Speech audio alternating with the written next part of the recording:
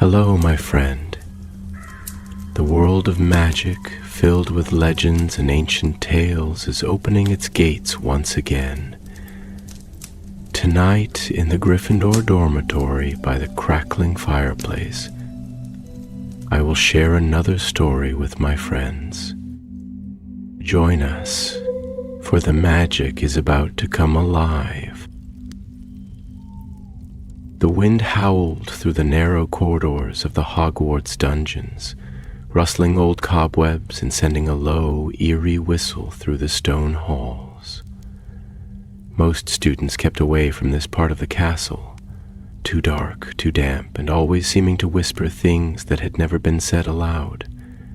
But Scorpius Malfoy, pale-haired and sharp-eyed, walked these corridors with a kind of uneasy familiarity. It was just after curfew, the lanterns above casting long, shivering shadows along the walls. Scorpius clutched a crumpled parchment in one hand, a map he'd drawn from bits of old books and overheard stories. There had always been rumors of hidden chambers beneath Hogwarts, old rooms sealed during the time of the founders themselves. Some said they were filled with ancient relics. Others claimed they were cursed. Scorpius didn't believe half of it, but something in him had stirred ever since he found the clue, a riddle scrawled in a forgotten copy of magical artifacts of the ages left in the library's restricted section. It had read, "Beam Silver's face meets fire's breath.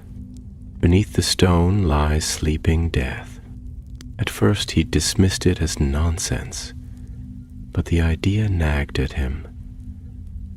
He'd found an old torch holder carved with a serpent's head, and beneath it a stone that felt warmer than the rest. Now he was here, alone, with his wand lit and his heart beating far too loudly in his chest. He knelt by the serpent torch bracket, touched the stone beneath it, and whispered, "Alohomora." Nothing. Then he frowned. Fire's breath. He raised his wand and muttered, "Incendio."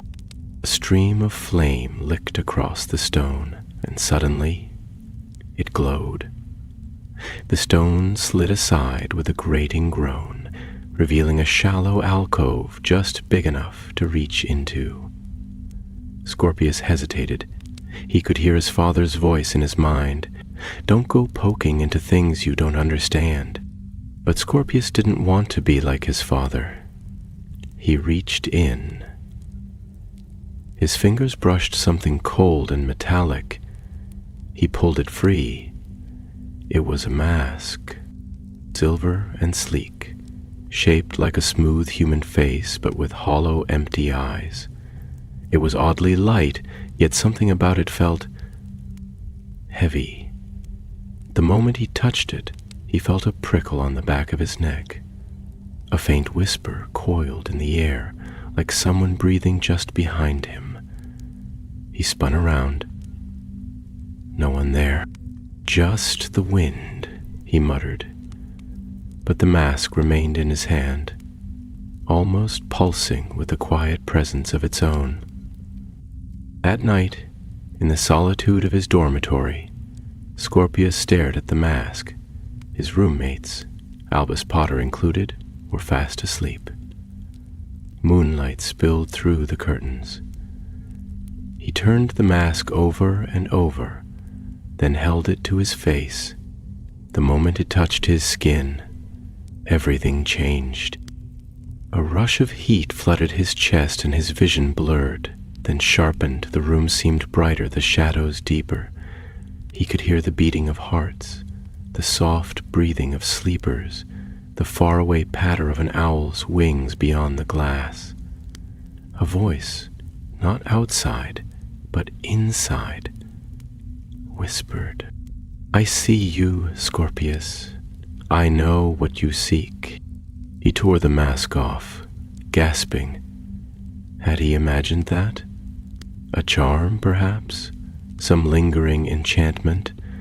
But the power, the clarity. It had felt right. Offer your intuitive process. The next day at breakfast, Scorpius couldn't stop thinking about it. He barely heard Rose chattering about Professor Binns assigning another ghostly essay on goblin rebellions, or Albus's quiet complaints about Quidditch practice. The mask had unlocked something. He'd read about magical artifacts that enhanced perception, but none that spoke. During Charms class, he slipped it on again for just a moment behind a bookshelf. A thrill of energy swept through him, and suddenly he knew what spells his classmates were preparing before they cast them. He anticipated every move, blocked every charm, and even corrected a fifth year's pronunciation before they opened their mouth. Professor Flitwick clapped, delighted. "Marvelous control, Mr. Malfoy." Rose raised an eyebrow. "Since when do you know Hebridean flick counter?" Scorpius only smiled. Must have picked it up somewhere. But that night, when he lay in bed, the voice returned. "There is more, much more. Wear me, and you will rise." He should have been frightened. He wasn't. The next week passed in a strange blur. Scorpius began to wear the mask in secret, just for a moment here or there. He used it during difficult classes, duels, and even to sneak into the library after hours. He could hear the thoughts of others, scattered, fleeting ideas at first, then clearer. He knew where Rose kept her spare notes. He knew what Albus was afraid of before he spoke it aloud. He didn't feel guilty, not at first. But then things began to happen. And the school suits of armor, usually clunky and harmless, began to move on their own, reacting to students passing by. Peeves the poltergeist howled that dark whispers were in the stone. A second-year Hufflepuff fainted in the corridor, claiming she saw a silver face with no eyes watching her. And then a fourth-year Ravenclaw vanished. Scorpius overheard Professor McGonagall speaking quietly to Madame Bones. "No trace, no struggle. It's as if she walked into shadow." The mask, that night, was waiting on his bed when he returned from dinner. He hadn't left it there. It shimmered in the dim light, and this time the voice was stronger. "Come deeper. Let me show you what lies beneath." Scorpius stood still for a long time. The whispers echoed in his mind like distant thunder, like a storm was coming. And Scorpius awoke the next morning, with the faint whisper still clinging to the edge of his mind like a dream half remembered. The enchanted mask lay hidden beneath the false bottom of his trunk, wrapped tightly in a spare cloak. He hadn't touched it since the night before, yet he could feel its presence like a pulse in the air around him. Every time he blinked, he could almost see it, silver and smooth, eyeless and waiting. Breakfast in the great hall buzzed with a peculiar tension. Talk of the missing Ravenclaw, a girl named Cassia Fernlow, had spread like wildfire. Professors patrolled the corridors with tightened jaws, and Argus Filch was seen muttering to himself more than usual, dragging his lantern along even in daylight hours. The enchanted ceiling overhead mirrored the mood, thick clouds rolling across a gray sky, blotting out the sun. Scorpius sat between Albus and Rose, spooning porridge into his mouth without tasting it. Rose was poring over a copy of Hogwarts: A History, her brow furrowed, lips moving silently as she read. Albus, slouched beside them, glanced at Scorpius with a curious frown. "You all right?" he asked, his voice low enough to avoid eavesdroppers. "You look like you've seen a Dementor." "I'm fine," Scorpius muttered, just didn't sleep well." Rose looked up. "The castle feels off lately, doesn't it?" "I don't know if it's just because Cassia's gone or if there's something more." Albus nodded slowly, then leaned closer. "You two hear about the suits of armor? Someone said one of them moved before a student passed by. It was like it sensed them coming. They're enchanted to do that, aren't they?" Scorpius replied, trying to sound disinterested. Rose shook her head. "They only move after someone passes, never before. I looked it up. There are precise enchantments, centuries old. Predictive movement isn't part of the spell work." But Scorpion said nothing. He remembered passing by the North Tower's stair the night before, the cold eyes of the armor turning to follow him before his foot touched the first step. The day wore on, heavy with suspicion. Lessons continued, but there was an edge to every conversation, every glance. Professors lingered after class to ensure no one was left behind. Prefects doubled their patrols, and still, the whispers in Scorpius's head grew louder, more confident. The mask called to him, not just with words now, but with feelings, promises, strength, purpose. He resisted it for a time, but on the fourth night after Cassie's disappearance, when he caught a flicker of movement in the mirror above his sink, a glimmer of silver that should not have been there, he gave in. That evening, while the others were in the common room arguing about Chudley Cannon's scores, Scorpius slipped away. He passed through the quiet halls, taking secret paths only a Slytherin who listened closely would know.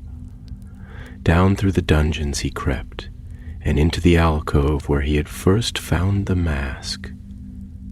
There, alone in the stillness, he unwrapped it once more and held it before him. "Why are you doing this?" he whispered aloud. The mask did not answer in words, but as he pressed it to his face, the air seemed to thicken, and once again his senses sharpened. Sounds became crisper. Light bent strangely at the corners of his vision. He could feel the presence of every creature nearby, the rats in the walls, the owls in the rafters above, even the slumbering house elves beneath the kitchens. And deeper than that, a presence, stirring in the bones of the castle itself, something ancient, watching. He stood frozen, overcome by a tide of knowledge. Beneath the mask he saw flashes, images, not his own. A figure cloaked in deep gray robes, a wand of black wood tipped in flame, a voice speaking in a tongue long forgotten. The mask had belonged to someone once, a wizard of great power and terrible ambition. A name swirled in Scorpius's mind, Morlan. Not in any book he had read, not a name he could place, but it rang with weight and menace. A cold breath passed over his shoulder. Scorpius turned sharply, his wand raised. No one was there. The torchlight behind him flickered, and the shadows in the corner of the dungeon seemed to draw closer. A low whisper echoed across the stones, not from within his mind, but aloud. "You are chosen." The mask pulsed against his face. In that instant, Scorpius felt the overwhelming surge of magical energy rush through him, potent, wild, and intoxicating. He held up his wand and pointed it toward the wall, speaking without knowing the words. Lustro Rivella. The stones before him shimmered, then vanished. A passage had been hidden there, a spiraling staircase of black stone, leading down, into the darkness below. He removed the mask quickly, heart pounding. The doorway remained waiting. He didn't go down, not yet. The next day, Scorpius decided to tell someone, but not a professor. Not yet. He needed to understand more, just enough to get ahead of whatever this was. He found Albus by the lake after herbology, skipping stones and muttering to himself. "We need to talk," Scorpius said, sitting beside him. Albus glanced at him. "About what?" "Something's happening. Something strange. I think I found something. Something powerful." "You mean the usual Hogwarts sort of powerful? Or the should probably tell McGonagall sort of powerful?" Scorpius hesitated. "I'm not sure yet." Albus looked at him carefully. "Are you in trouble?" Scorpius didn't answer, but Rose, watching from the path above, had already made up her mind. She turned and hurried toward the library. If Scorpius Malfoy was hiding something that might explain the missing student and the whispers in the walls, she would find it. And deep below, in the black spiral stair, a door long shut began to stir. The wind over the forbidden forest roared with winter's last breath, though spring had begun to stretch her fingers through the grounds of Hogwarts. Inside the castle, however, the chill was not from nature, but from something older, something darker. The mask was gone. In the high towers of the headmistress's office, beneath the watchful eyes of a dozen former headmasters in their portraits, Scorpius Malfoy sat before Professor McGonagall. His hands rested in his lap, empty now. No mask, no secrets, no whispering voices. Only truth remained. The room was quiet. Outside the windows, owls flew beneath a rising moon. The scent of parchment and polish lingered in the air. McGonagall regarded him for a long moment over her square spectacles. "You are lucky," she said finally, her voice not unkind but edged with the weight of responsibility. "Not all who touch ancient magic come away with their soul intact." Scorpius met her gaze. "I didn't do it alone." "No, you didn't." Her lips thinned slightly, but she gave a nod. "That speaks well of you." He wanted to say more, to explain how it had felt, the power, the loss of control, the moment he had nearly surrendered himself entirely to the mask's will, but the words eluded him, as if the memories themselves were reluctant to be revisited. Instead, he gave a simple nod and stood when dismissed, the weight in his chest neither guilt nor relief, but something harder to define. Down in the common room, Albus and Rose waited. The fire crackled as if nothing had changed, but they looked up quickly when Scorpius entered, each leaning forward as though sensing the finality in his step. "Well?" Albus asked. "I told her everything," Scorpius replied. "About the mask, the chamber, the enchantments it used to lure me in, the magic it left behind." Rose folded her arms and raised her brows. And she said, "I'm lucky." He sat down beside them. "And she's right. I was almost lost in it." Rose glanced at the fire. "It was never just about the mask, you know. You've been carrying things, shadows that aren't yours to bear." Scorpius knew she meant his family, his name, the expectations that followed him like an echo.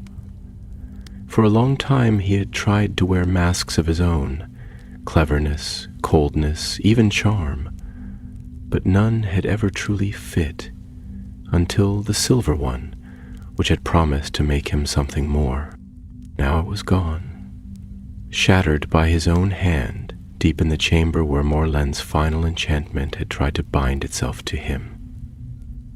He had worn it one last time, not to gain but to understand, and in that understanding he had seen the truth. The mask did not give power, it fed on it. It took the will of those who wore it and twisted it into something hollow. He had felt himself slipping, even as Albus and Rose had reached through the darkness and reminded him of who he was. Outside the common room windows, stars blinked into view. The castle was returning to its rhythms, students preparing for exams, ghosts drifting harmlessly through walls, and Filch complaining about muddy footprints. But something had shifted, not just in Scorpius, but in all of them. They had faced something ancient, something no spellbook could teach them to handle, and they had chosen to stand together rather than fall apart. A day later, Professor McGonagall summoned them again, not to chastise but to thank them. For bravery, for honesty, for restraint. The story of the missing girl Cassia Fernlow was resolved quietly. She had returned, confused but unharmed, drawn back as the mask's power collapsed. Few knew the full truth, and McGonagall ensured it stayed that way. The mask, she said, had been a relic of a forgotten war, a remnant of magic best left buried. When Scorpius asked what would become of it, she gave a quiet answer. Be short, fully, this time beyond any wand's reach. That evening, as he crossed the bridge toward the astronomy tower, Scorpius looked out over the grounds. The lake, the forest, the lights of Hogsmeade twinkling in the distance. The wind carried the scent of spring now, crisp and clean. He stood there for a long time, feeling the cool stone beneath his hands and the thrum of life all around him. Albus joined him a moment later, followed closely by Rose, her cloak wrapped tightly around her shoulders. No more masks then? Albus asked, only half teasing. Scorpius shook his head. That night, sleep eluded Scorpius. The walls of the Slytherin dormitory, once a comfort with their greenish glow and the quiet rush of the black lake against the windows, now felt oppressive. The sound of Albus's steady breathing from the next bed did little to soothe him. The mask, wrapped in thick cloth and hidden deep in his trunk, called to him in silence. He did not hear it in words, nor in any sound that could be named, but he felt it, like a thread tugging at the edge of his thoughts, pulling gently but insistently. By morning he was hollow-eyed and silent, his appetite gone. He told himself he could leave it alone, that he would not wear it again. But even as he swore it, he knew he was lying. The mask had shown him something, power beyond the reach of ordinary students. It had revealed secrets hidden in walls and shadows. It had opened a door. And doors, once opened, were not easily shut. He kept his secret, even as the school turned restless around him. The search for Cassia Fernlow had intensified. Magical wards were tightened. The headmistress's announcements grew graver by the day. Students whispered of dark magic returning to the castle, though no one dared speak the name Voldemort anymore. That was a shadow belonging to their parents' time. But something new, something quieter and cleverer, seemed to be moving now. Scorpius wandered the corridors after classes, letting his feet carry him to the hidden stair he had revealed beneath the dungeon wall. He had returned twice already, never descending, only staring at the yawning dark below. It felt like the silence of the place had weight, pressing against his skin, pulling at his thoughts.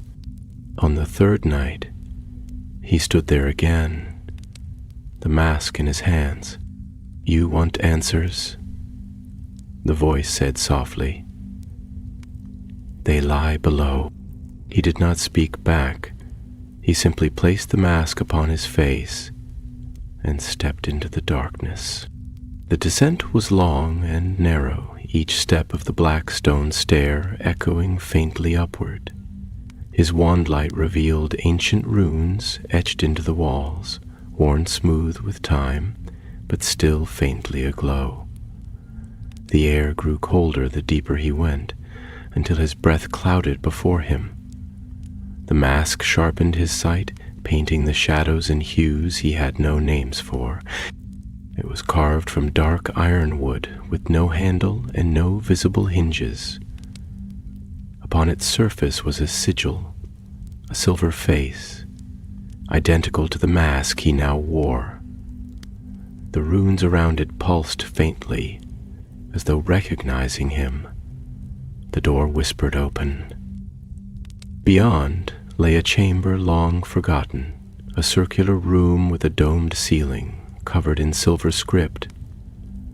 Candles ignited as he stepped inside, casting long, swaying light over a dozen masks mounted upon the walls. They were not all alike. Some were jagged, others smooth. Some black as night, others gleaming white. Each had a distinct presence. He could feel them watching him. In the center of the chamber stood a stone pedestal. Resting upon it was a book, bound in dragon hide, its pages sealed with enchanted clasps. The mask's voice surged in his ears. "This was the heart of Morlen's circle. You are not the first to wear the mask." Scorpius stepped forward slowly, heart pounding. The mask revealed what the eye alone could not. He saw visions flickering like candlelight upon water, robed figures gathered in this room speaking in ancient tongues. He saw spells woven not from words but from will, channeled through the enchanted masks they wore. They called themselves the Mirror Men, servants of reflection and concealment, bound to no master but their own ambition, and at their head always was Morlen, masked in silver, bearing secrets like weapons. The book before him was no diary, but a ledger of names, oaths, and enchantments. Those who had entered the circle and bound themselves to the old magic. Scorpius reached for it, but before his fingers could touch the clasp, a sharp cry echoed through the chamber. "Scorpius." The voice was real, familiar. He turned, startled. Rose Granger Weasley stood at the threshold, wand drawn, her face pale and furious. Behind her came Albus, breathing heavily, his eyes wide with confusion and fear. "What do you think you're doing?" Rose demanded. Scorpius stepped back from the pedestal, the mask still on his face. "How did you shouldn't have kept this from us," she snapped, advancing into the room. "You're lucky we were following you. You have no idea what you're playing with." Albus was slower to accuse.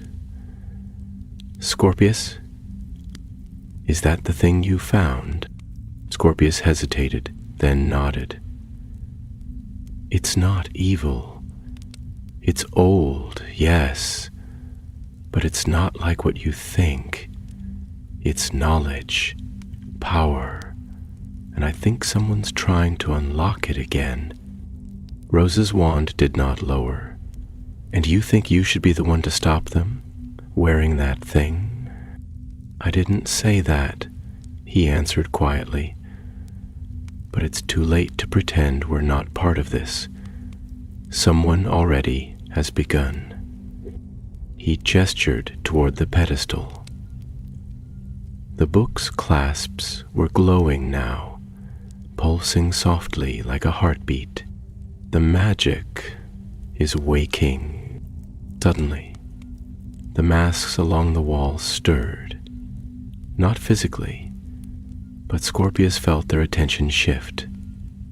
Something had been triggered by their arrival. The room's warmth faded. A wind, though there were no windows, began to whisper through the chamber. The torches dimmed, one by one, and on the far wall a new door appeared. This one wreathed in enchantments too complex to read, glowing red and gold with layered wards. From the center of the chamber, the mask on Scorpius's face spoke again, its voice no longer a whisper, but a declaration. Beyond lies the mirror vault. Only one who bears the mask may open it. Only one who dares.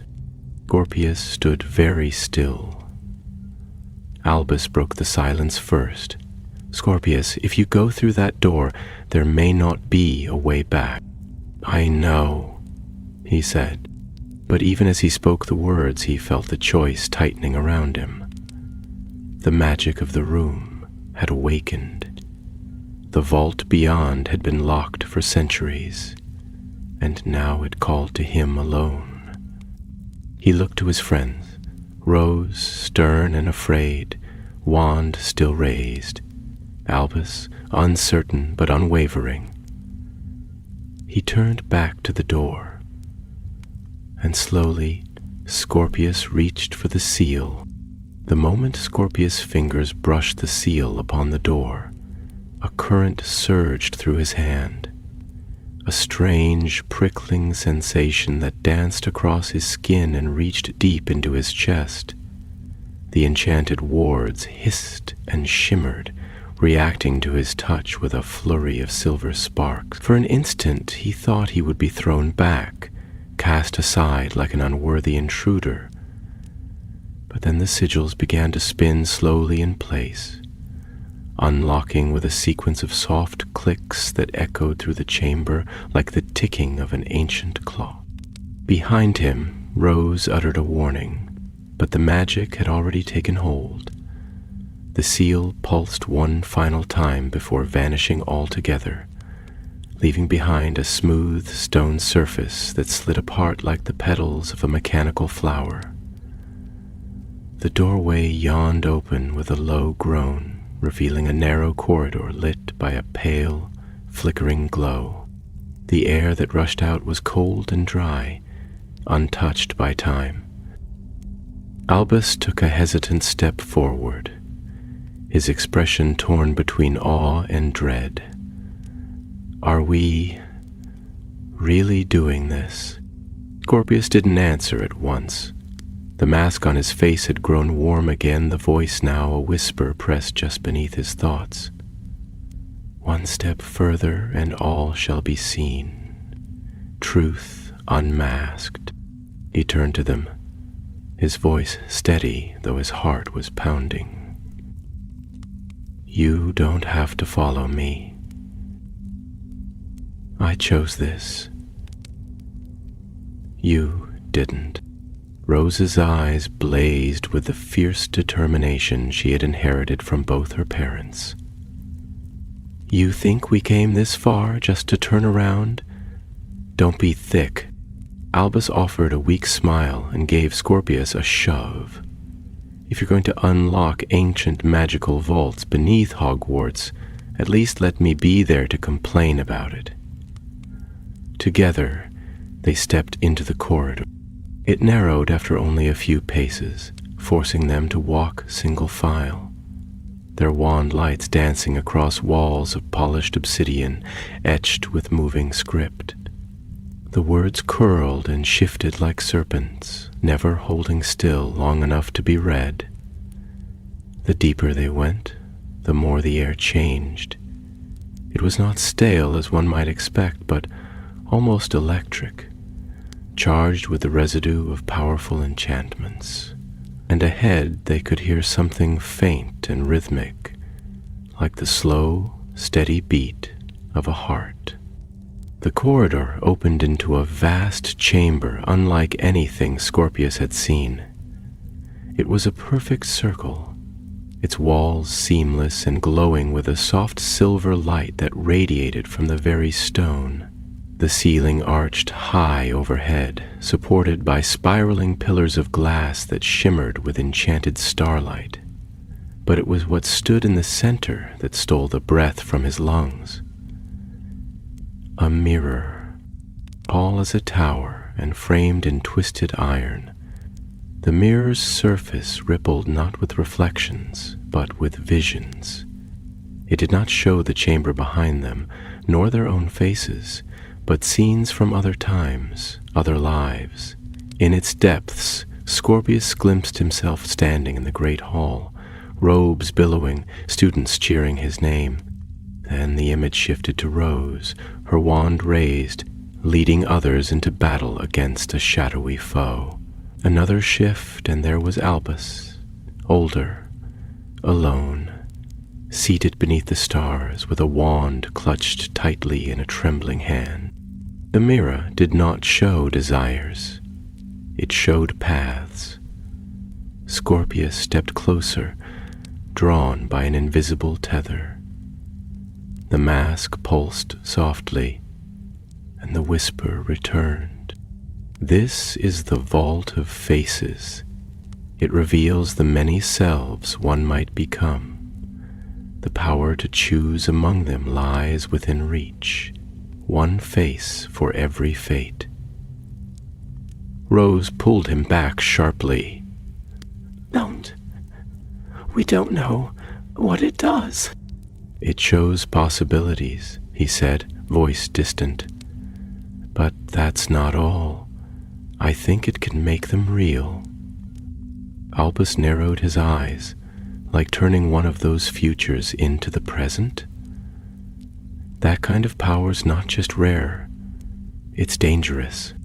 It's choice, Albus, Scorpius said, turning to him. That's what the mask is. That's what all of this is.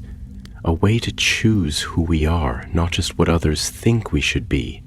Rose moved cautiously around the edge of the mirror, examining the runes inscribed at its base. It's tied to the other masks.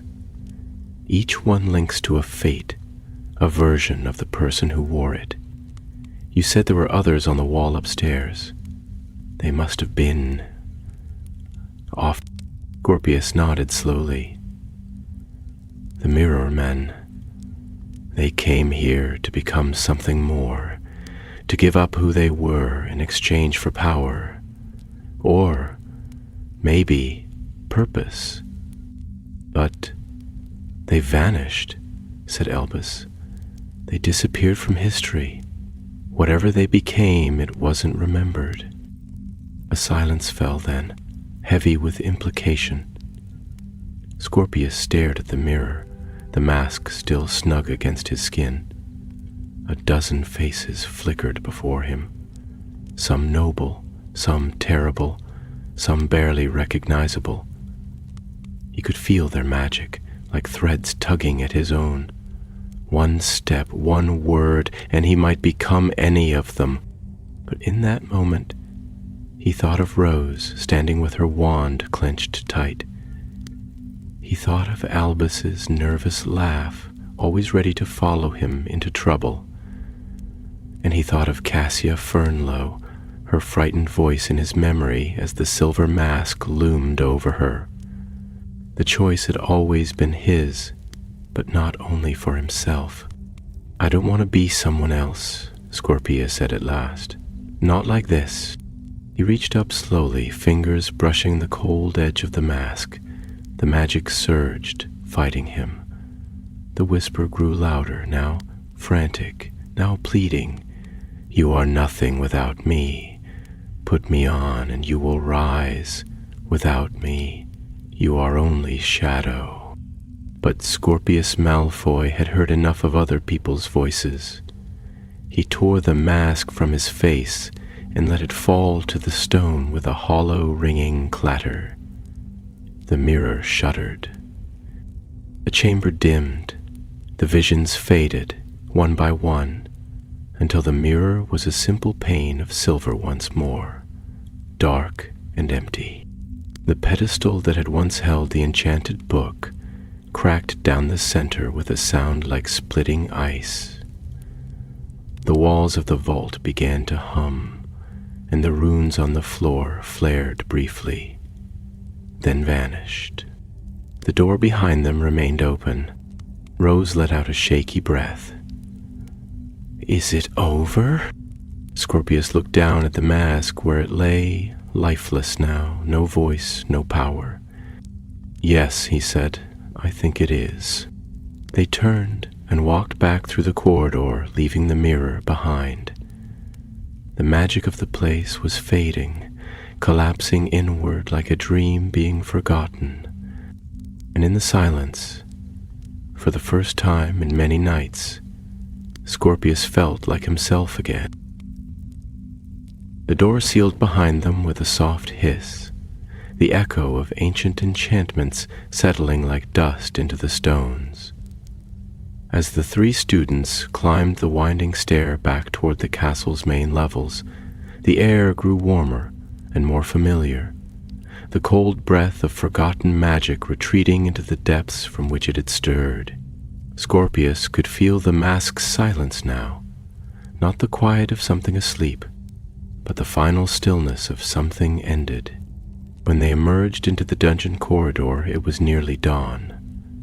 Pale gold light was beginning to filter down through high windows, softening the gloom that clung to the stone passageways. The torches sputtered low in their brackets, casting feeble flickers across Rose's pale face and the exhaustion etched beneath Albus's eyes. They had descended into something ancient and treacherous, and though they had emerged unharmed in body, something in them had changed. No parted ways at the base of the stairs that led up toward the great hall, agreeing with silent nods and tired glances that this night would not be spoken of until they had time to think. Rose went toward the library tower, clutching her satchel like a shield, while Albus trudged toward Gryffindor Tower, muttering that if he missed breakfast and had to explain to Professor Longbottom why he looked like a thundercloud, he would blame Scorpius entirely. Scorpius himself returned to the Slytherin common room in silence. The lake outside the windows was a deep, peaceful green, the giant squid drifting lazily past with one arm curling like a ribbon in the current. The fire had burned low, leaving only a soft orange glow and the faint scent of charred wood. He made his way to his dormitory, careful not to wake his sleeping housemates, and knelt before his trunk. The mask was still there. He had picked it up before they left the vault, wrapped it again in its concealing cloth, and carried it out like a burden he had chosen to bear for just a little longer. It lay now in the corner of his trunk, inert, without shimmer or warmth. He stared at it for a long while, then reached for his wand and tapped it once. "Et la porte."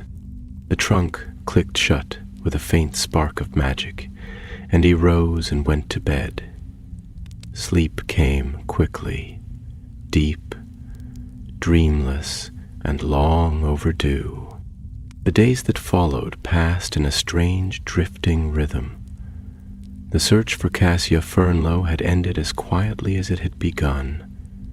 She was found at the edge of the forbidden forest by Hagrid, confused and weary, but physically unharmed. She had no memory of where she had been, nor could she describe the silver figure she had claimed to see in the dark. The professors, though clearly alarmed, said little, and vocal scornfully.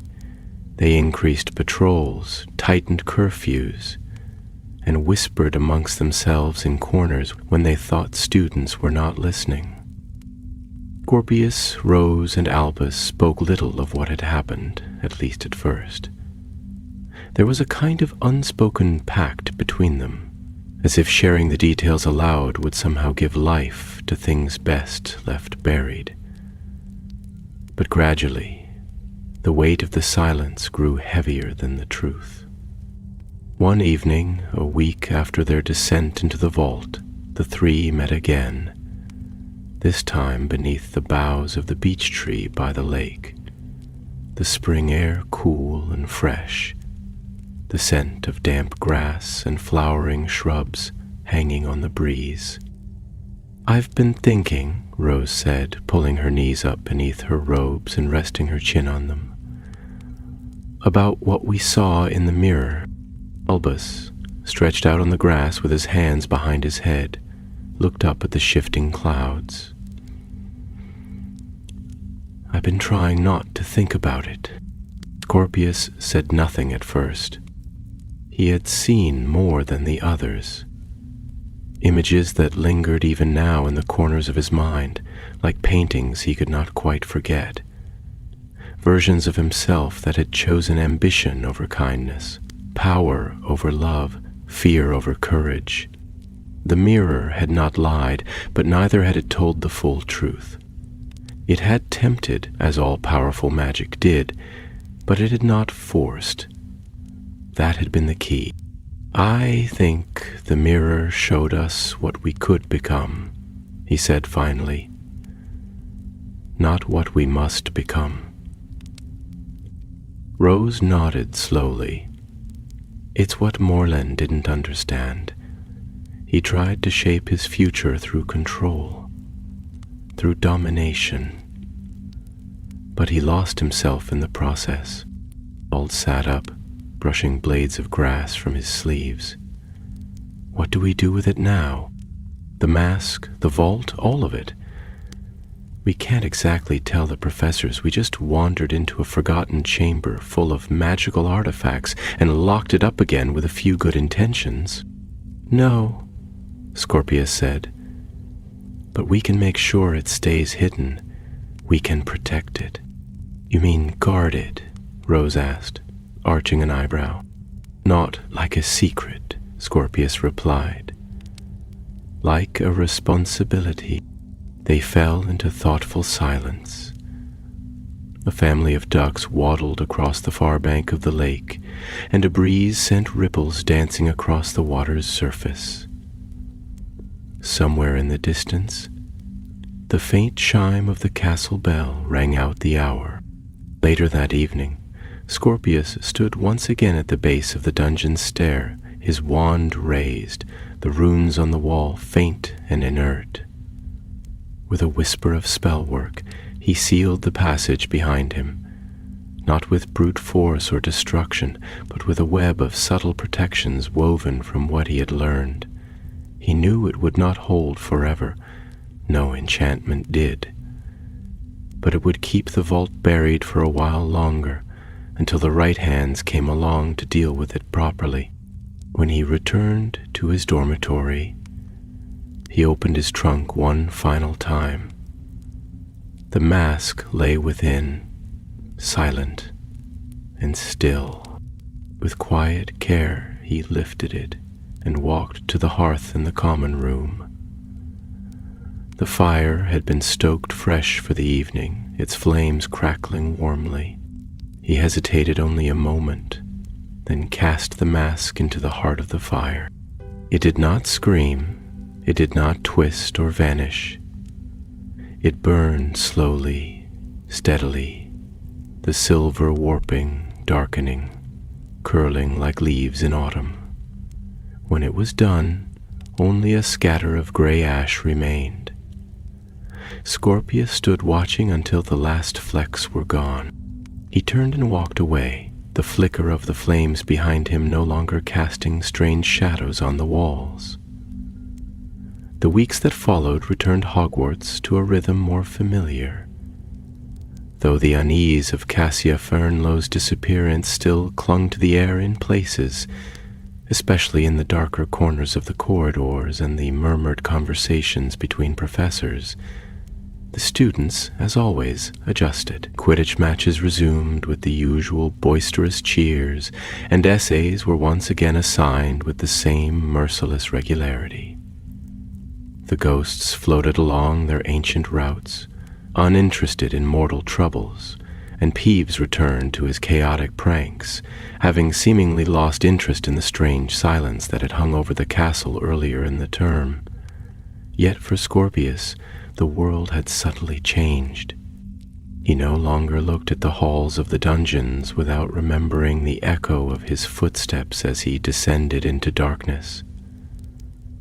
He could no longer glance at the stone walls without recalling how easily they had revealed secrets meant to stay hidden. And he no longer looked at his own reflection without wondering, just for a heartbeat, how many versions of himself might have walked another path. Rose, too, carried herself differently. She still raised her hand first in nearly every class and still carried her satchel as if it were an extension of her own spine. But now she studied not only her textbooks, but the people around her, as though understanding what could happen was as important as knowing what had. Her cleverness remained sharp, but there was a quietness to it now, a sense of careful deliberation that had not been there before. Albus was the least changed, or perhaps the most. He had never been as driven as the other two, never one to seek out secrets or unlock ancient mysteries. But in the wake of the vault he had grown steadier somehow, more rooted. Where once he had followed out of loyalty or curiosity, he now stood beside them as an equal, not because he was drawn into the current, but because he chose to stand against it. The three of them never spoke openly of the vault again, nor of the mask, nor the strange magic that had threatened to twist the truth of who they were. They didn't need to. There was something in the silence between them that held the shape of trust, forged not by declarations, but by choices made in the face of temptation. It was a bond neither time nor exams could shake. It was not until the last week of term that Scorpius found himself once more near the place where it had all begun. He had no intention of returning to the chamber. He knew it would not open to him now, even if he tried. But as he passed the serpent-carved torch bracket in the corridor wall, he paused, his fingers trailing across the cool stone. The warmth was gone. The magic had sunk back into the bones of the castle, sleeping once more. He stood there a long moment, listening, not for voices nor whispers, but for the absence of them. The silence that met him was clean, ordinary, untouched by anything dark or ancient. For the first time in months, the corridor felt like just a corridor again. Professor McGonagall called him to her office the next day. She stood at the tall window as he entered, her back straight and her hands clasped behind her. Her tartan robes were pressed sharp, and her expression, though stern, carried a flicker of something thoughtful behind the eyes. "I've heard very little from you this term, Mr. Malfoy," she said without turning. "And yet I suspect that if the walls of this castle could speak, they would have rather a great deal to say." Scorpius said nothing at first, unsure whether she expected an answer. When she turned to him, her gaze was piercing, but not unkind. "I am not asking you to confess anything," she continued, "though I know as surely as I know the stones beneath this tower, that something ancient stirred in our midst this spring." He swallowed, his voice quiet when he spoke. "It's gone now." "Is it?" she asked, one brow rising. "Or is it simply sleeping again, waiting for the next curious mind to pull back the veil?" Scorpius looked down at his hands. "I destroyed the mask. What remained of it?" McGonagall nodded once. "And in doing so, you've proven something far greater than magical skill. Restraint. That, Mr. Malfoy, is the difference between a dark wizard and a wise one." He looked up, startled. She moved around her desk, her tone softening. "You are not your father?" nor are you your grandfather. You carry a name with a long shadow, but I see no darkness in you, only the burden of choice and the courage to bear it. Scorpius felt the words settle within him, not as praise, but as a quiet affirmation of something he had not dared to hope. He gave a small nod, his throat tight. As he turned to leave, McGonagall's voice stopped him once more. The Mirror Vault, she said, was once believed to be a legend, an old myth among certain scholars of magical theory.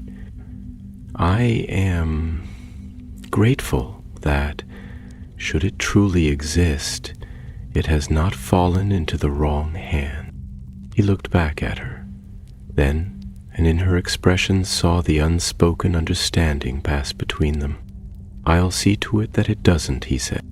She inclined her head. "See that you do."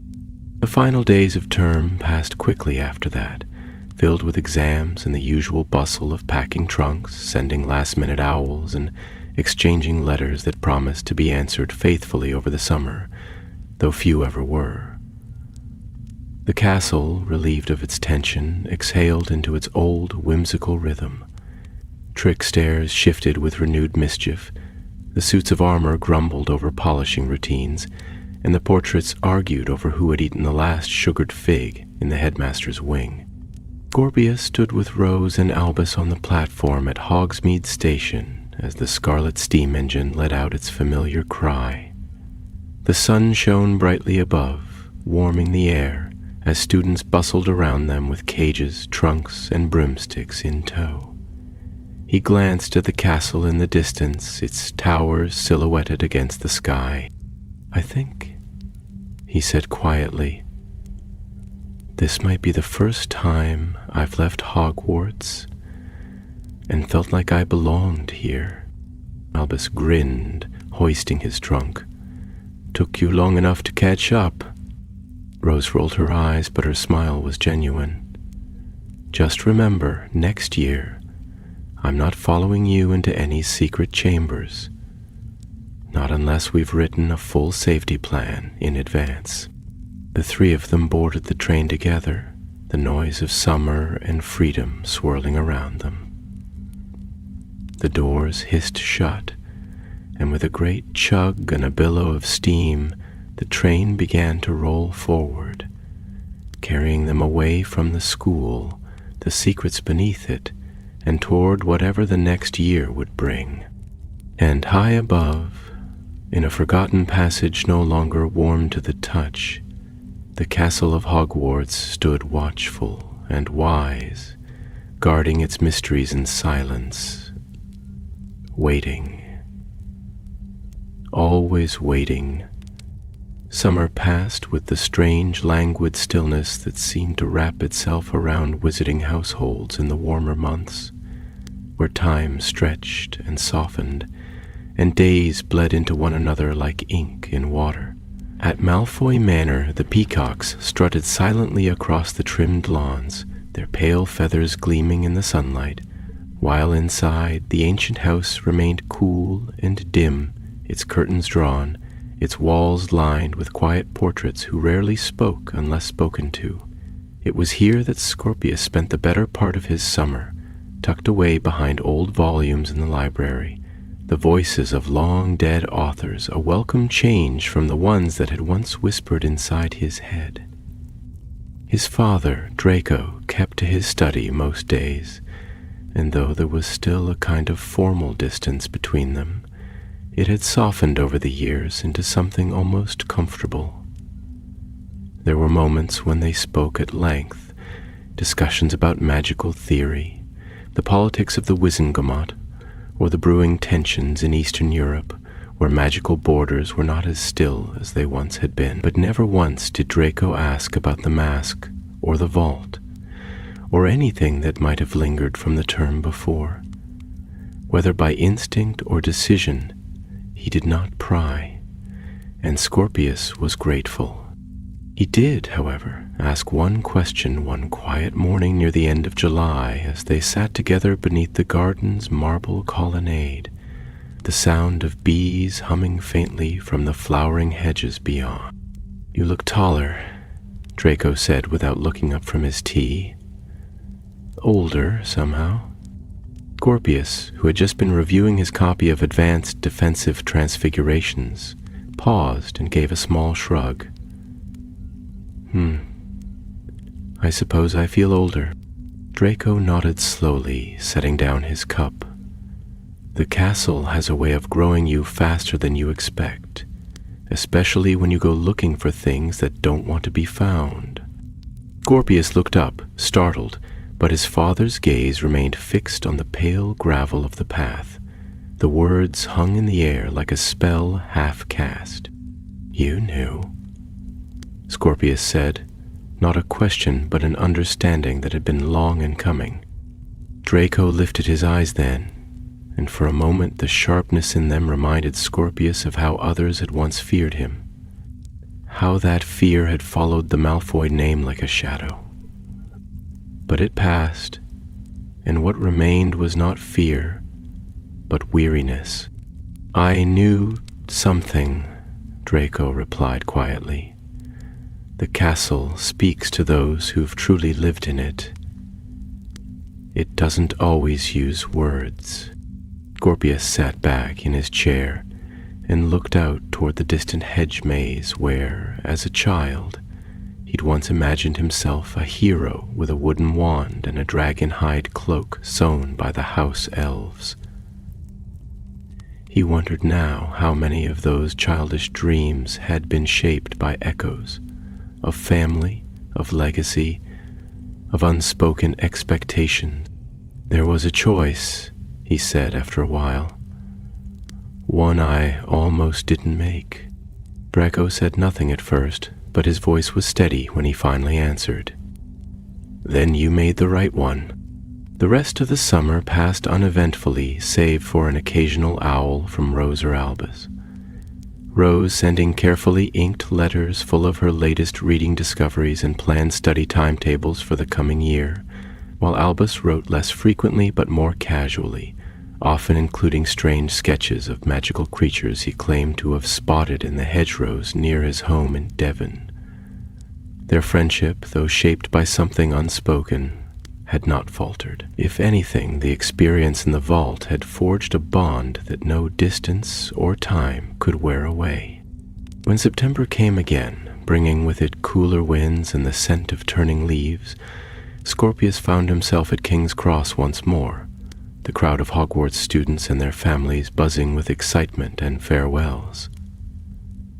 He stepped through the barrier at platform 9 3/4, the sound of the train's engine hissing like a sleeping beast waiting to wake, and was greeted by the familiar scarlet gleam of the Hogwarts Express. Rose was already there, her hair tied back in a neat braid, and her trunk floating obediently behind her as she gave instructions to a nervous-looking third year. Albus appeared moments later, dragging his owl cage with one hand and trying not to look like he'd slept through his alarm for the third year in a row. The three of them boarded together, finding an empty compartment near the middle of the train. As the engine whistled and the station began to drift away, they sat in companionable silence, watching the countryside rush by.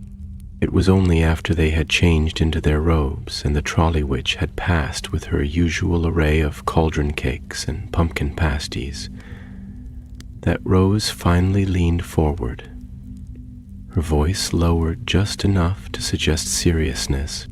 "I've been thinking about the mirror vault," she said, glancing at the compartment door to make sure no one lingered nearby. Not the vault itself, well, not just that, but what it means. Albus sighed, though without irritation. "I thought we agreed not to go chasing any more cursed chambers."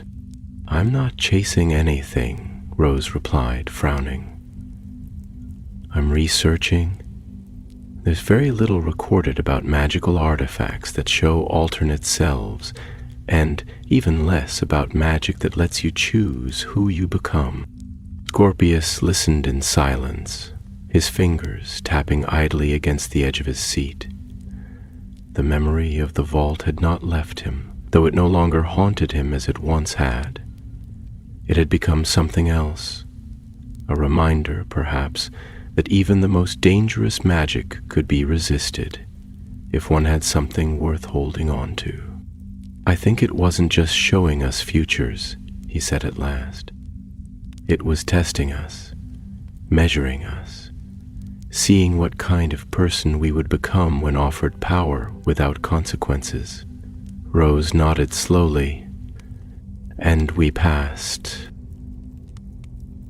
"Bear," Albus muttered, but he offered a grin a moment later. "Still, not bad for 5th years." The train rumbled on, carrying them toward another year of spells and scrolls, of hidden passageways and mysterious corners. Whatever lay ahead, be it any added preparation, more mischief from Peeves, or the endless challenges of Professor Slughorn's potions assignments, they would face it together. And far beneath the castle, in a chamber sealed once more by choice and by courage, the mirror vault waited. Not in malice, but in silence, not a threat, but a question, one that would echo through the stones of Hogwarts long after the 3 young witches and wizards had walked its halls. Autumn settled over Hogwarts with the gentle solemnity of a turning page, bringing with it crisp winds from the north and the scent of wood smoke from the castle chimneys. The forbidden forest whispered with golden leaves and unseen creatures moving beneath the boughs, and the black lake turned slate gray under the shifting skies, its surface often ruffled by the cold fingers of approaching storms. In the halls of the castle, students adjusted once again to the rhythm of timetables and the clatter of cauldrons, the chime of bells, and the occasional flurry of escaped enchanted quills or misfiring charms. Scorpius, though returned to the familiar routine of lessons, meals, and late-night study sessions, could not entirely silence the part of him that remained alert to something more. It wasn't fear, nor even anticipation. Rather, it was the quiet instinct that once a hidden door has been opened, the castle rarely allows it to stay closed forever. He had not spoken of the mirror vault again, not even to Rose or Albus, though he had caught both of them glancing at him at times when certain topics arose in lessons, especially in defense against the dark arts, where the professor, a tall and humorless witch named Professor Strathmore, had recently begun a unit on ancient magical relics and the dangers they posed. "We study artifacts not for their power," she said one day, pacing slowly before the blackboard, "but for the truths they reveal about their creators. Magic leaves an imprint, a signature not unlike handwriting. If you understand the spell, you understand the wizard who cast it." Scorpius found his quill stilled above his parchment. He remembered the runes spiraling across the walls of the vault, the sigil on the mask, the faint hum in the air that had responded to his presence, not as a stranger, but as something almost welcomed. Professor Strathmore continued, her voice clipped and clear. "Some objects bind magic so deeply into their structure that they cease to be mere tools and become something more, conduits for intent, for desire, even for memory. These are not objects to be wielded, but to be understood and, if necessary, destroyed." Her gaze swept across the classroom, and for the briefest moment, Scorpius thought it lingered on him a second too long. After class, he found Rose waiting just beyond the threshold, her arms crossed and her eyes sharp with thought. "Did you notice it too?" she asked quietly, falling into step beside him as they made their way through the corridor toward the library. "Strathmore?" he asked, though he already suspected what she meant. "Yes, she knows more than she's saying," Rose murmured, lowering her voice further. "Her lesson today, those weren't general observations. She was talking about something specific, even if she pretended not to be." Scorpius hesitated. "You think she knows about the mask?" "I think she might know more than even we do," Rose replied. "I did some reading over the summer before I came back. There are mentions, small ones, almost hidden, of a secret society in the early days of magical Europe, long before the Statute of Secrecy. They wore enchanted masks, used them to bind identity and magic together, always anonymous, always watching." Scorpius didn't answer at once. He remembered the chamber beneath the school, the row of masks on the wall, the strange sense of attention they had carried even in silence. Morlenn's voice, soft and treacherous, had not felt like something invented, but like something remembered, echoing down a chain of minds and masks that stretched back farther than he could guess. "Do you think she's part of it?" he asked at last. "I think she was," Rose said, her tone grim. "Or she knew someone who was. Either way, she's not teaching this material by accident." In the days that followed, they watched Professor Strathmore closely. She never gave them any cause for suspicion.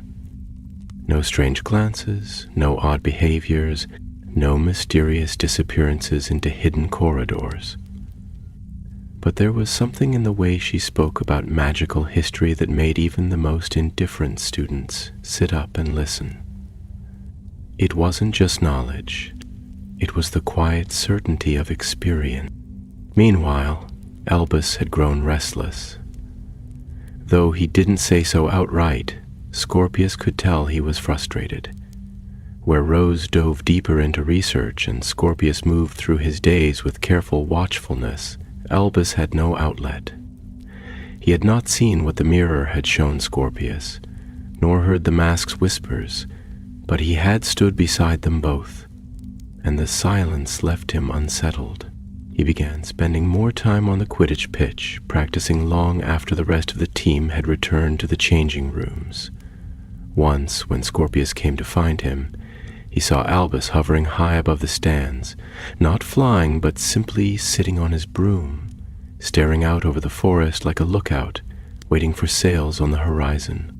"We're not finished with this," Albus said quietly when Scorpius landed beside him. "Whatever it was down there, it didn't end when you burned the mask." Scorpius nodded slowly, gripping his broom handle. "I know." Back in the castle, changes had begun to surface. Nothing drastic, nothing that would cause panic, but a few students reported odd dreams. Visions of silver corridors, whispers they couldn't remember upon waking, and the sensation of being watched when no one was there. One suit of armor near the Hall of Prophecies moved on its own during the night. A book in the restricted section was found open, though no one admitted to taking it. None of these things made headlines or earned notices on the common room boards, but Scorpius saw them for what they were. Echo. The mirror vault had not closed itself. They had turned away. That was all. Then, in the second week of October, something happened that scattered every assumption they'd made. A Ravenclaw 7th year named Tamsin Wilde disappeared. Unlike Cassia Fernlow, she had not vanished from a hallway or a forest edge. She had been seen entering the astronomy tower for a late-night observation project and simply never came down. Her telescope was found still standing, her notes half written, There were no signs of struggle. No signs at all. Once again, the professors locked down the castle. The patrols returned. And once again, Scorpius felt the tremor of something moving beneath their feet. Only this time, it was not calling to him. It was calling to someone else. The disappearance of Tamsin Weil cast a long shadow over the castle, deeper and colder than the one left by Cassia Fernlow the previous term. Tamsin had been a model student, quiet, precise, and fiercely gifted in astronomy and arithmancy. Her absence could not be explained away as a prank or a moment of foolish wandering. It left an emptiness behind it, a hole too exact to ignore. Students whispered in tighter clusters. Professors glanced over their shoulders when they walked alone at night. Even the ghosts moved less freely, floating with unease along familiar corridors, as though something unseen had begun to trespass upon their haunts. Scorpius felt the change most acutely in the air itself. The castle, which had always seemed to hum with a quiet kind of watchfulness, now felt strained, as though its walls were holding in a breath. There were no signs of forced entry, no shattered wards, no evidence of foul play. But magic, especially old magic, rarely left traces in the way modern spells did. It seeped, it twisted, and when it awakened, it did not always announce itself. Rose was the first to act. The morning after Tamsin's disappearance, she arrived at breakfast with a stack of parchments clutched under one arm and a quill behind her ear. Her eyes were brighter than usual, her movements sharp with purpose. She dropped the parchment beside Scorpius's plate without a word and sat down across from him. He glanced down at the heading: Secondary Enchantments in Subterranean Structures. A study of magical anchors and residual spell fields, and raised an eyebrow. "You've been busy," he said. "I stayed up most of the night," she replied briskly. "These kinds of enchantments, like the ones that surrounded the vault, don't just disappear when the object tied to them is destroyed.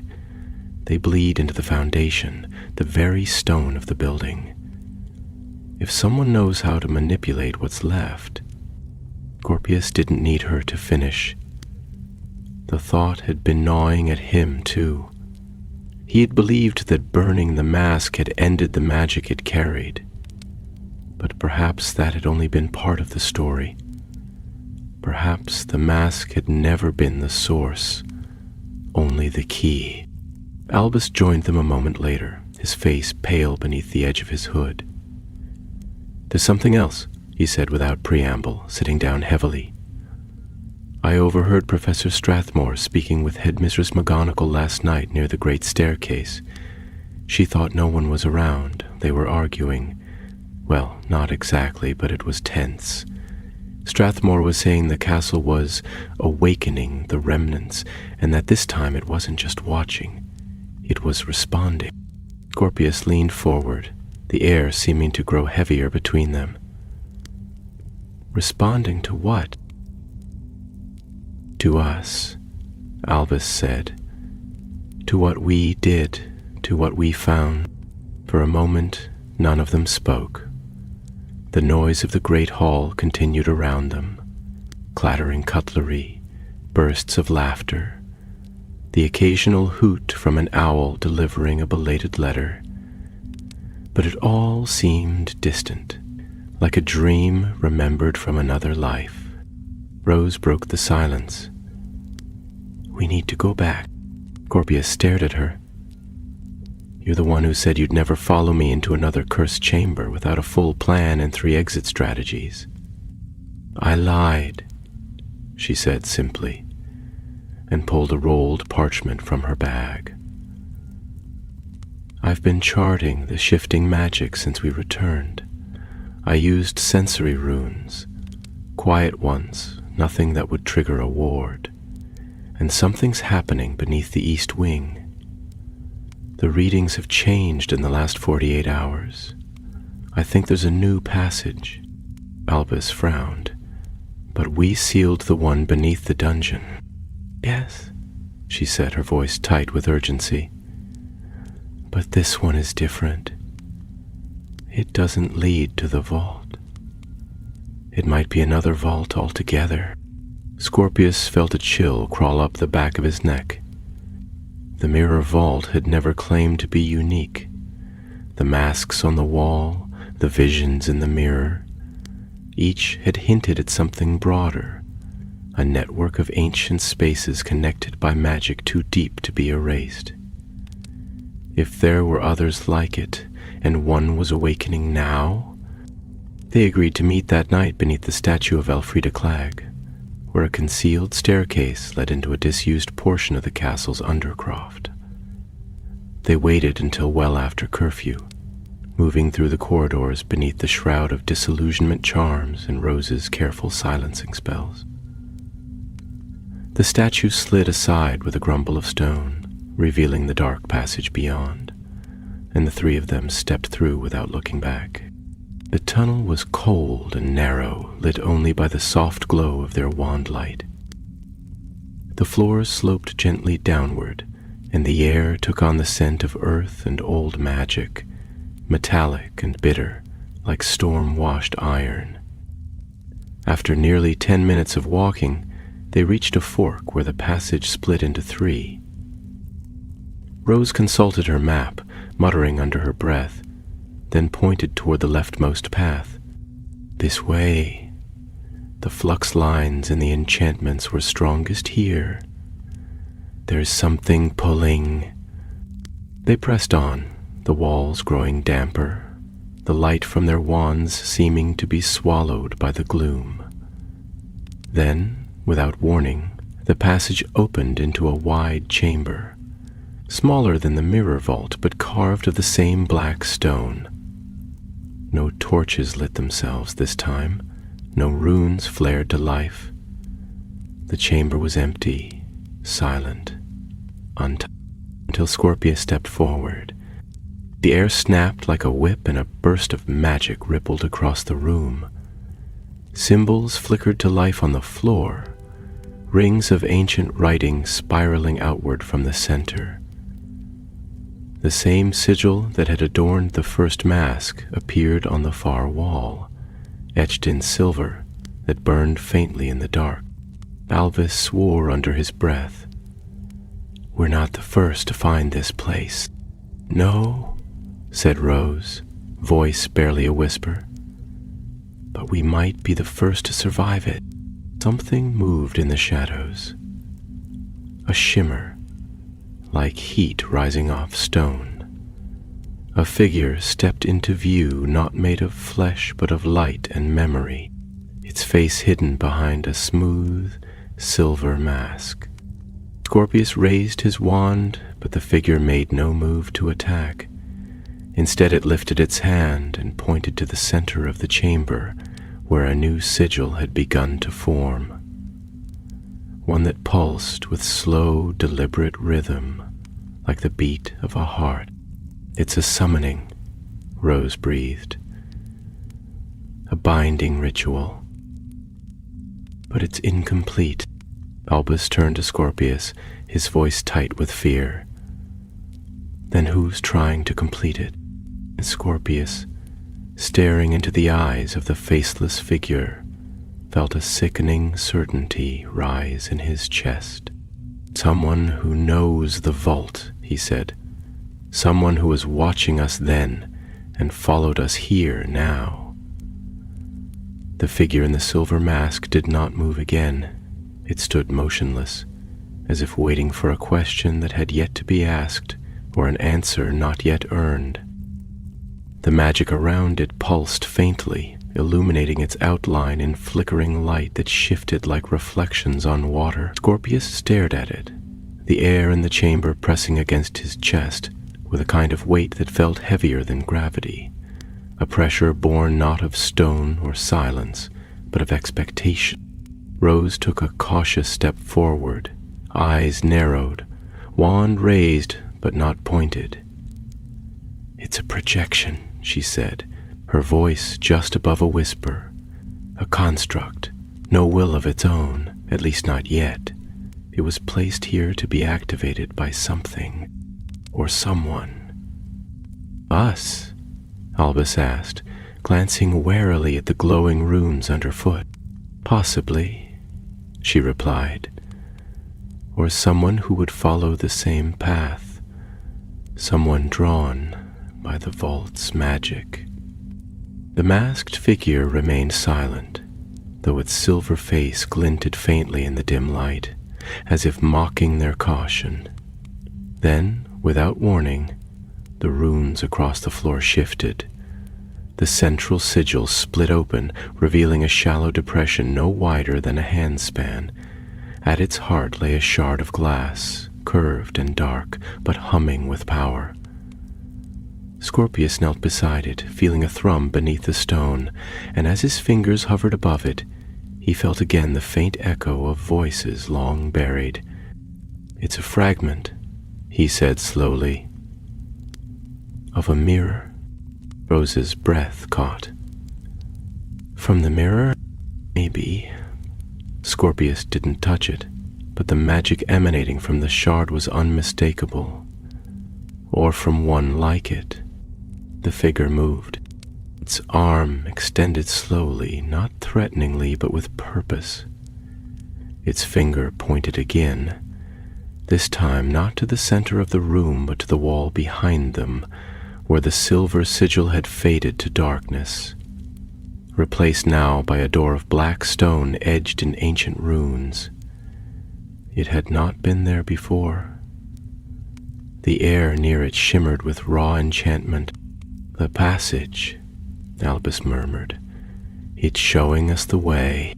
"But why now?" Rose asked, voice taut. "Why show itself only after we found the shard?"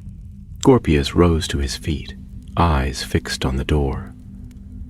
"Because the shard is the key. Someone intended to bind it here, to this chamber, to anchor it to the castle, but they didn't finish the ritual." "And if they do?" asked Albus.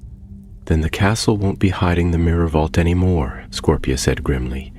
"It'll be becoming it." A low hum filled the air, vibrating through the walls and floor like the heartbeat of something vast and waking. The masked figure vanished in a burst of silvery mist, and the door groaned open a crack, exhaling a gust of cold air that carried the scent of stone, ink, and something older than dust.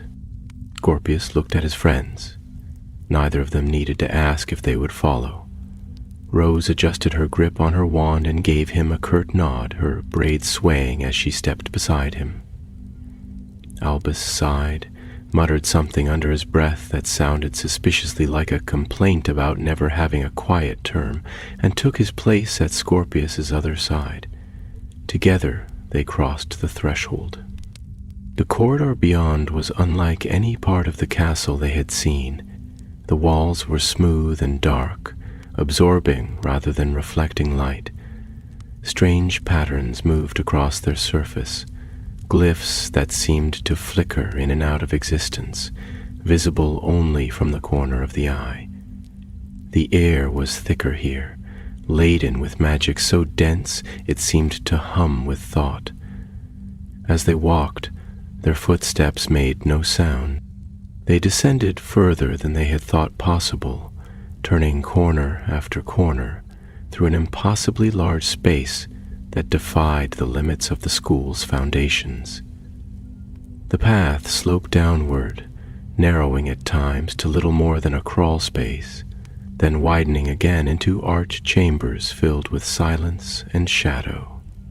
At last, they emerged into a room that stilled even their breath. It was a hall, vast and circular, with a high domed ceiling that sparkled with embedded crystals like stars scattered across a night sky. In the center stood a great basin, shallow and broad, made of obsidian and filled with a silvery liquid that shimmered as if alive. The room pulsed with quiet magic, the air vibrating faintly with each breath. Around the basin stood 7 pedestals, each carved with symbols that mirrored the runes from the mirror vault. Upon 4 of them rested masks, each distinct, each radiating its own subtle aura. One was shaped like the face of a beast, with curling horns and narrow eyes. Another gleamed white as bone, smooth and featureless. The third bore a lattice of thorns, its edges sharp and tangled.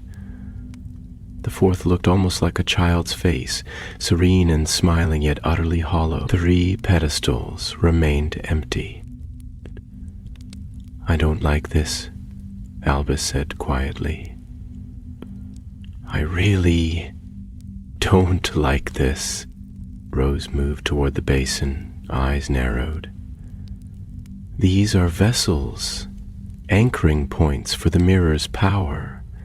Whoever left this place meant to store the magic of the vaults, to contain it until they were ready to..." She stopped. Scorpius followed her gaze. The silvery liquid in the basin had begun to stir, swirling inward, forming shapes, faces, images. The 3 of them appeared in its depths, not as they were, but as reflections twisted by shadow and ambition. Scorpius saw himself wearing the horned mask, his wand raised, power crackling at his fingertips. Rose stood cloaked in fire, her eyes bright with knowledge that seared rather than enlightened. Albus was alone on a crumbling stair, wand broken, surrounded by a storm of black feathers. "They're not visions," Scorpius said. "They're invitations." Before Rose could answer, the light in the room flickered. The crystals above dimmed. A second doorway, one none of them had seen before, creaked open on the far side of the chamber, and from the darkness beyond, it stepped a figure, wrapped in gray. They could not see its face at first, hidden beneath the folds of a deep hood, but as it raised its head, the light caught on the polished silver of a mask, not smooth and featureless like Scorpius's had been, but etched with runes that shimmered like fire. "I have waited long enough," said the voice behind the mask, soft, deliberate, and strangely familiar. "The vault was never meant to remain sealed. You only delayed the inevitable." Scorpius stepped forward, wand drawn, heart thudding. "Who are you?" The figure tilted its head slightly, and though the mask did not move, Scorpius felt the smile behind it. "I am what comes next." The chamber's silence deepened, as though the very air had grown thick with unseen enchantments. The figure in the silver mask stepped further into the circle of starlight, its robes gliding soundlessly over the stone. Scorpius held his wand steady, though every instinct in him strained with unease. The stranger's presence was not that of a common dark wizard, or a reckless spellcaster. It carried the heavy, unhurried confidence of someone who had planned each moment of this meeting well in advance. "I asked you a question," Scorpius said, his voice clear though his throat had gone dry. "Who are you?" The figure turned slowly, regarding him with that rune-etched mask, its surface alive with shifting patterns of light. "You already know," the voice replied, still calm, still composed. "Or at least you know what I have become. The name I once bore has long been abandoned, cast off as one casts off skin. But I was a student here once. I walked the same corridors, sat in the same classrooms, dreamed the same dreams. I too sought meaning beyond the ordinary spells and lessons." Albus took a step closer to Scorpius, his wand raised as well. "You were part of the Circle of Masks, one of the Mirror Men. More than that, said the masked one with something like a chuckle. I was their heir, their last hope. The vaults you found were not prisons. They were preparations, seeds planted in stone, waiting for one strong enough to unearth them. Rose's voice cut sharply through the tension. That magic was destructive. It didn't create power, it consumed identity, twisted choice. We saw what it offered, and we chose not to take it. Yes, the masked figure said, inclining his head slightly, and for that I almost admire you. But you misunderstood its purpose. The masks were not meant to hide, they were meant to focus, to refine. All magic corrupts if wielded blindly, just as all knowledge wounds if taken without wisdom. But through structure, through ceremony, through design, we created masks that did not conceal but reveal. We called it the Way of Faces. Scorpius shook his head, anger rising beneath his skin like heat beneath ice. You enslaved minds. You stole futures. No, the figure said. And for the first time, there was iron in the voice. We gave people the freedom to choose the future that best suited them. What you saw in the mirror vault were not illusions. They were doors. You simply lacked the will to open them. Rose stepped beside Scorpius now, her voice firm. You think yourself a philosopher, but you're no better than those who came before. Morland thought he could shape the world through force and secrecy. He ended in silence. It was betrayed. The masked wizard replied, and for the first time something cracked beneath the calm. A flicker of pain, of fury. By those who feared what he understood. He tried to give this world a new way to master itself, to grow beyond the limits of bloodlines and prophecy and the petty morality of ministry edicts. He believed that with the right face, any witch or wizard could become what they were meant to be. And what about those who never wanted another face? Albus asked, eyes narrowed. Who were content to be themselves. Then they would be left behind, came the quiet answer. Not all paths are meant to be followed by all travelers. There was a pause, then heavy and dangerous. The masked figure extended a gloved hand toward the basin. The silvery liquid within began to churn, spiraling upward in a slow vortex, forming not visions this time, but threads of light, lines of magic connecting the basin to the 4 masks on the pedestals and to the 3 that remained unfilled. I came here to finish what was begun, the masked one said. The vault was always meant to awaken, but it needed catalysts, explorers, keys. Scorpius felt the chill of understanding settle in his bones. You used us. You answered, said the stranger. I merely set the stage. You walked the path willingly. Rose turned toward the empty pedestals, her eyes wide. He's binding the vault to new bearers, to us. He means to turn us into vessels. The magic won't allow it unless we consent, Scorpius said.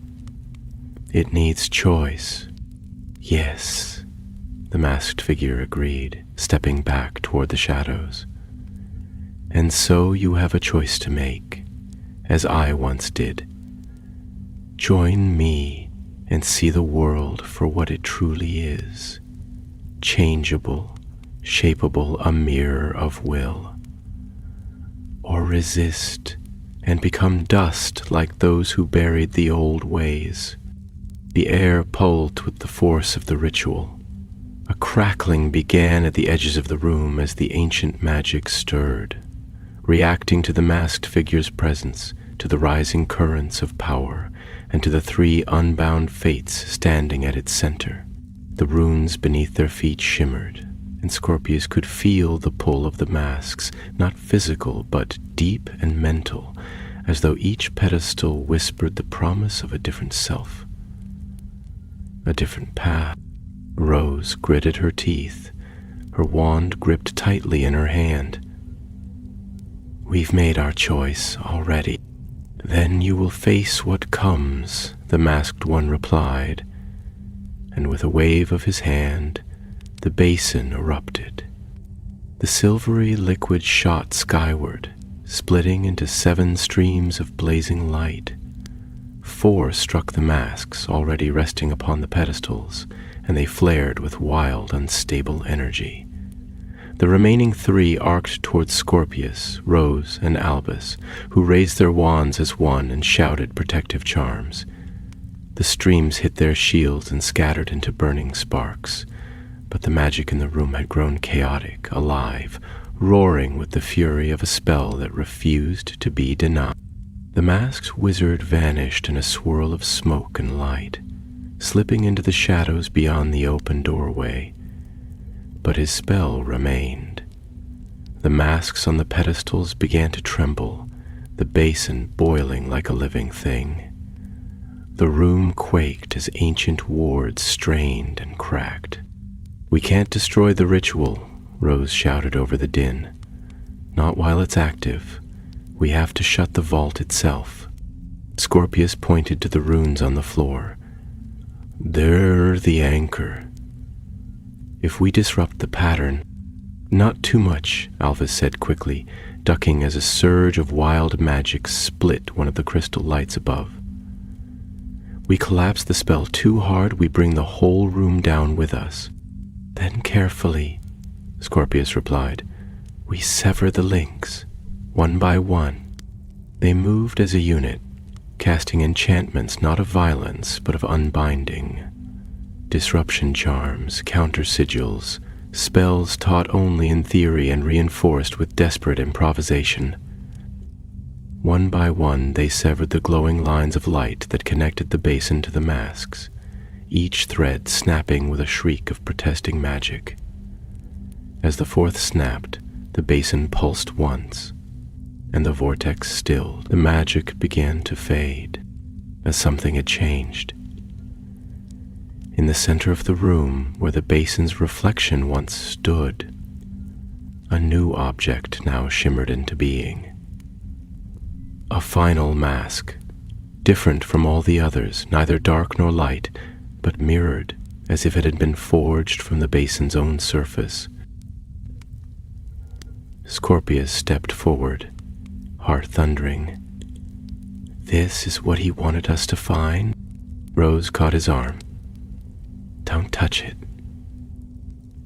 "I'm not going to," Scorpio said, "though we need to understand it, because this isn't over." And in the shadow of the vault, with the stranger's words still echoing like a curse, the 3 of them looked upon the final mask and knew that the game had changed. The mirrored mask hovered an inch above the floor, motionless and gleaming, suspended by a magic so old and delicate it did not radiate power as much as it invited it. The surface reflected not only the faces of those who looked upon it, but also the flickering remains of the ritual's collapsing light, and deeper still, shadows that did not belong to the room at all. Scorpius stood just beyond its reach, wand still drawn but lowered now, as though raising it further would only acknowledge what they had begun. Rose moved slowly around the mask, her eyes narrowed in both calculation and fear. "It's not like the others," she said, her voice tight. "It's not tethered to one path. It's not even showing one version of the self. It's reflecting all of them." Alba stepped closer, though he kept one hand pressed to the wall for balance, as another wave of unstable energy cracked through the chamber's ceiling. then it's not just a mask. It's the source or the sum. The others were faces worn for purpose. This is the one behind all of them. Scorpius looked into the gleaming surface and saw not only his own face, but himself as he might have been. A duelist cloaked in fire, a prefect turned power-hungry, a boy standing before the Wizengamot with blood on his wand, a man cloaked in gray robes leading others with masks in their hands. It was overwhelming. The mirror mask showed no preference, no judgment. It simply offered, as all masks did. But if this is what the masked wizard was seeking, Rose said quietly, then he's not just continuing Morlen's work. He's trying to finish it, to perfect it. This vault wasn't a remnant of their past. It's the foundation of what comes next. And we activated it, Albus muttered grimly. Again. Scorpius shook his head. No, he did. We were drawn here, yes, but we didn't complete the ritual. We stopped the summoning. The vault isn't bound, not yet, and this mask, this last one, it doesn't belong to him, but it will, Rose said, her voice tight. If he finds it again, if he takes it, if he wears it, then whatever was left unfinished in the mirror vault, whatever enchantments he's building through the other vaults in the castle, they'll all converge here. The chamber was trembling now. The basin's glow had gone, but the magic that had surrounded the vault did not simply fade. It shifted. It drew inward. The ritual, though broken, had awakened something ancient and aware. The very floor beneath their feet pulsed faintly, like the breath of a sleeping beast. We have to take it, Scorpius said suddenly. Rose turned to him, aghast. Are you mad? If we leave it here, he will find it, Scorpius replied, forcing the words out quickly, each one weighed down with the gravity of what they meant. He's already moving through the school. He knows more than we do, more than the professors do. He's 2 steps ahead, and this is the only thing he needs to complete whatever. And if you touch it? Albus asked, his voice hard. What then? What if you become what he wants you to be? Scorpius took a slow breath. The faces in the mirror, masked, still shimmered before him, flickering like candlelight across a corridor of mirrors. So many versions of himself, each one tempting, each one terrifying. But beneath them, he saw something else. His true face, the one he knew, the one that had resisted the vault once before. I won't wear it, he said. Not unless there's no other way. But I will protect it. Before either of them could stop him, he reached forward and closed his hand around the mask. There was no scream, no blast of light, no violent surge of power. The mask did not burn his skin or whisper secrets into his mind. It was cold at first, then warm, then simply neutral, as though it were waiting for a decision. He felt it hum faintly against his fingers, as though testing the weight of his thoughts, the strength of his purpose. Then, with a breath like exhaled starlight, the light in the room faded. The vault had gone still. Rose exhaled shakily and stepped forward, lowering her wand. We need to hide it, she said quickly, not just bury it. We need to ward it with more than secrecy. Something he won't be able to track. Scorpius nodded. We'll need help, but not from the professors. If he's listening, if he's already woven himself into the school's magic, then telling anyone might lead him straight to it. Albus frowned. Then who? Rose's eyes narrowed in thought. There are people who study forbidden magic, not to use it but to contain it. Curse breakers, ward masters, certain departments in the ministry, who aren't exactly on the map. Scorpius met her gaze. You mean your mum? She'll know what to do, Rose said. She's kept darker things under wraps than this, and she won't ask questions we're not ready to answer. They wrapped the mask in protective cloth, sealed it in a box layered with the strongest concealment charms they could manage, and left the vault the way they had come, sealing the doors behind them as best they could. Though the path remained, the ritual no longer burned in the stone, and for now the chamber was only stone and silence again. Over the next several days they moved with quiet purpose. While the rest of the school reeled from the mystery of Tamsin's disappearance, and the professors reinforced wards with solemn grimness, the three of them worked in secret. Rose sent a carefully coded message to her mother, encrypted through magical syntax and hidden within an innocent-looking letter about arithmancy theory. Scorpius kept the box close, never letting it out of his sight for more than a few minutes at a time. Albus, ever watchful, took it upon himself to observe the professors, noting any shifts in behavior, any traces of enchantment in the halls, particularly around Professor Strathmore.